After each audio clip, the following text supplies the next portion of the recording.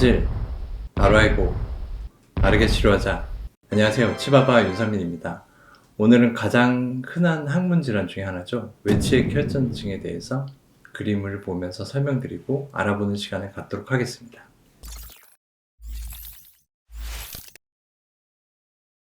외치액 혈전증은 갑자기 나오고 아파요. 반복됩니다.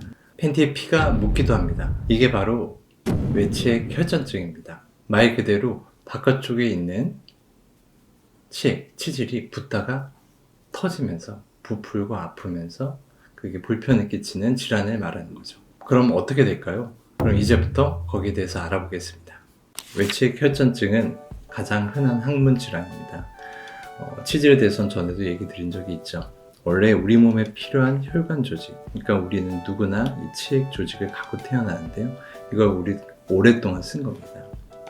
간 볼 때 힘주고 오래 앉아있고 술 먹고 피곤하고 임신, 출산을 하면서 점점 더 이렇게 부어오르게 되고, 그래서 나오게 되면서 겉에 있는 혈관이 풍선처럼 부풀게 돼요. 그러면 이러다 이 약해진 혈관이 안에서 뻥 터지게 됩니다.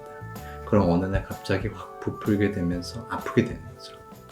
보시면 바와 같이 바깥쪽에 있는 혈관이 풍선처럼 부푸는 게 보이죠? 이러다가 약해진 혈관이 어느 날 터지게 되면 오른쪽에 있는 것처럼 땡땡하게 부으면서 아프게 되는 겁니다.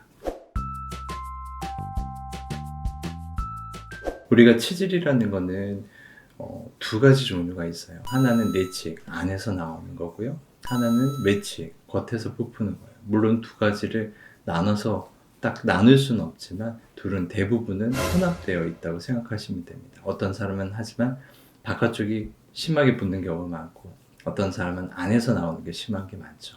하지만 보통은 같이 심해진다. 이게 결국은 바깥쪽에서 튀어나오는 것 말고도 안에 있는 것이 나오면서 겉에가 부풀다 터지는 경우가 있는데, 이 사진을 보시면 잘 아실 수 있을 거예요. 연못대처럼 힘을 주면 안에 있는 빨간 혈관 조직이 바깥쪽으로 튀어나오다가 겉에 있는 혈관 조직이 부풀게 되고요. 이 위쪽에 있는 것처럼 혈관이 붓다가 터지면 땡땡하게 부으면서 결국은 계속해서 불편함을 느끼게 되는 거죠. 가끔씩은 안에서 튀어나오는 내치액이 바깥쪽으로 이렇게 항문 괄약근을 지나서 나왔다가 괄약근을 딱 목에 졸리는 순간 많이 붓게 되다가 결국은 터지는 경우가 있어요.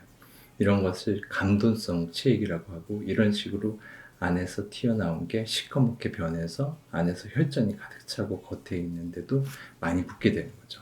이런 경우는 특히나 극심한 통증을 유발할 수가 있습니다. 그럼 경과는 어떻게 될까요? 이거는 이게 멍드는 거를 생각하시면 편해요. 이게 외치액 혈전증도 안에서 피가 나다가 터진 것이고요. 멍든 것도 피부 밑에서 피가 터진 겁니다. 우리가 멍들 때 약을 먹나요? 혹은 병원에 가시나요?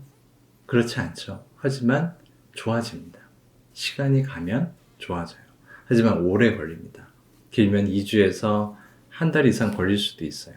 그러면 한 달 동안 이렇게 풍선이 부풀린 상태로 있다고 생각해 보세요. 안에 있는 혈전이 다 흡수돼서 없어진다고 하더라도 풍선이 원래대로 돌아가는 게 아니고 결국은 쭈글쭈글하게 늘어진 상태로 남게 됩니다.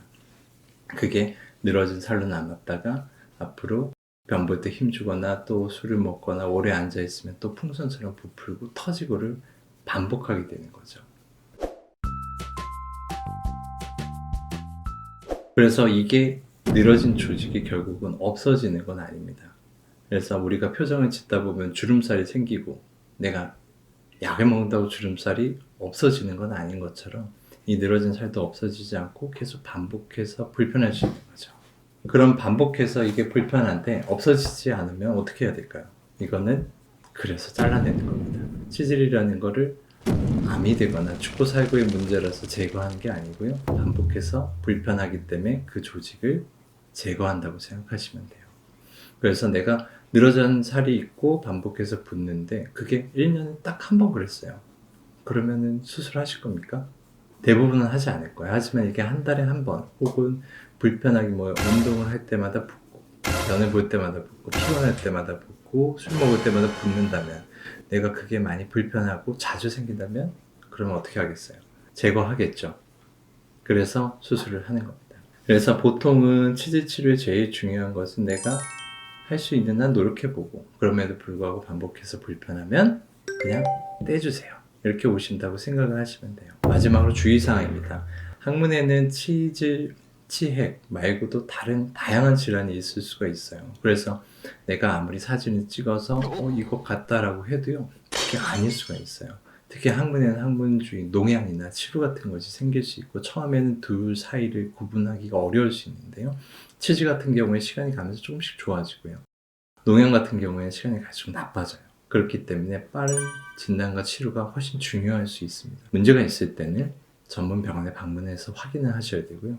둘째로 이게 치질이 있어서 피가 난다고 생각해도요, 이게 안에는 대장 안에 있는 염증이나 암이 동반되어 있는 경우도 상당히 많습니다. 그래서 이런 것들을 확인하기 위해 내시경 같은 검사가 필요할 수 있어요. 저희도 수술하기 전에 검사를 해보면 큰 혹이나 암이 발견되는 경우가 상당히 많습니다. 그러니까 대충 짐작을 하고 내 질환이 어떤 건지를 이해하는 건 좋지만, 꼭 내가 모든 걸 판단하고 혼자 결정을 하지 마시고 꼭 병원에서 제대로 진단을 받고 치료를 받으시길 바랍니다.